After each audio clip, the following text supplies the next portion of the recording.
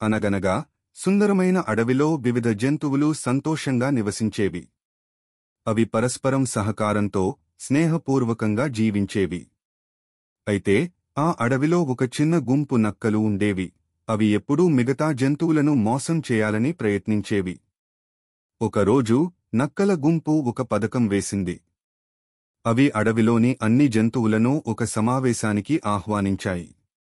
సమావేశంలో నక్కల నాయకుడు ఇలా చెప్పాడు: మిత్రులారా, మనం అందరం కలిసి ఈ అడవిని మరింత సుందరంగా, సురక్షితంగా మార్చుకోవాలి. అందుకు ప్రతి ఒక్కరూ తమ వంతు సహాయం చేయాలి.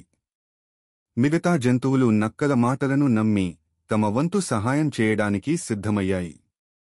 అయితే తెలివైన కాకి ఈ పథకంపై అనుమానం పెంచుకుంది.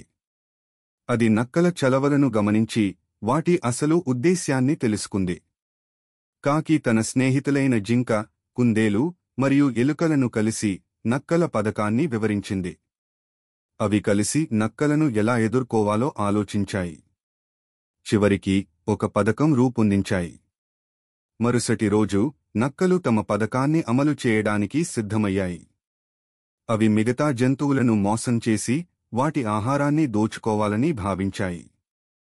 అయితే కాకి మరియు దాని స్నేహితులు ముందే సిద్ధమై నక్కలను పట్టుకునేందుకు వలపన్నాయి. నక్కలు వలలో చిక్కి తమ తప్పును అంగీకరించాయి. మిగతా జంతువులు వాటిని క్షమించి ఇకపై మోసం చేయకుండా నిజాయితీగా జీవించాలని సూచించాయి.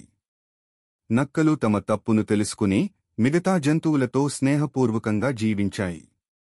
నీతి: మోసం ఎప్పుడూ నిలవదు.